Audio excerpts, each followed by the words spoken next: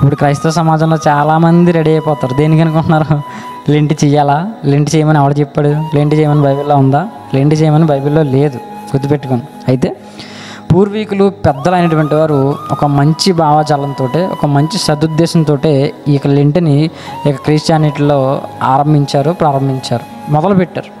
అయితే రాను రాను ఏమైందంటే కొంతమంది వల్ల వీటిలోనికి ఒక లేనిపోని పద్ధతులు, లేనిపోని ఆచారాలు అనేవి వచ్చేసి. అయితే వేరే వాళ్ళ గురించి మనకు అనవసరం, కానీ మనం బాగా గుర్తుపెట్టుకోవాల్సిన విషయాలు ఏంటంటే, చేయండి కానీ నామకార్థంగా చేయొద్దు, వేషధారణగా చేయొద్దు, ఇంకా ప్రతి సంవత్సరం చేస్తున్నాగా అలా ఈ సంవత్సరం కూడా చేసేయాలి అన్నట్టుగా చేయొద్దు, కానీ ఉద్దేశపూర్వకంగా చేయండి. అంటే ఈ 40 రోజులు నేను దేవునికి మరింతగా దగ్గర అవ్వాలి, ఈ 40 రోజులు ప్రార్థన నేను ఇంకా బలపడాలి, నా ప్రార్థన జీవితం బలపడాలి, నేను దేవునికి మరింత దగ్గర అవ్వాలి, నేను తిండి పక్కన పెట్టాలి, నా పనులు పక్కన పెట్టాలి, నేను ఉపవాస ప్రార్థనలతో దేవునికి మరింత దగ్గరగా అవ్వాలి అన్న ఆలోచనతో మీరు చేయండి. అంత మాత్రమే కాదు, లేనిపోని కొత్త ఆచారాలన్నీ వచ్చేసినాయి, వాటన్నిటిని పక్కన పడింది.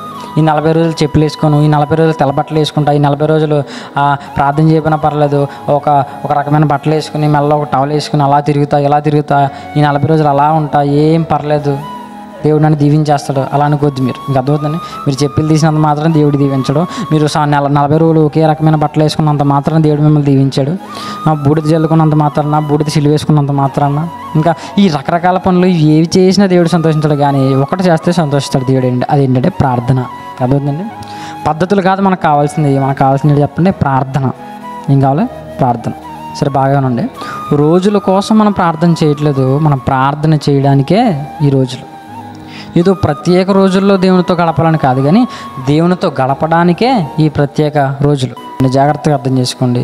40 రోజులు మంచిగా ఉండండి, 40 రోజులు మంచిగా దేవుని ఎదగండి, మంచిగా మాట్లాడుతూ, ముఖ్యంగా ప్రార్థన, ప్రాయశ్చిత్తం, పశ్చాత్తాపం, త్యాగం, ఇంకా మంచి పనులు, ఇవన్నీ కూడా ఈ 40 రోజుల్లో కనపడాలి. ఈ స్టార్టింగ్ రోజులు ఎలా ఉన్నామో చివరి రోజుకి మనలో ఒక నూతన రూపం కనపడాలి, ఒక నూతన ఆత్మీయత మనలో కనపడాలి, ఒక నూతనమైన బలం మనం దేవుని సన్నిధిలో మనం పొందుకోవాలి.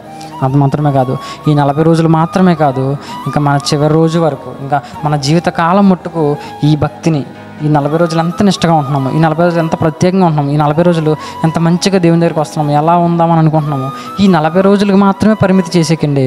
మన జీవితకాలం మట్టుకు ఏం చేయాలి? వాటిని మనం అలవాటు చేసుకోవాలి, జీవితాంతం అలా ఉండడానికి మనం ప్రయత్నించాలి.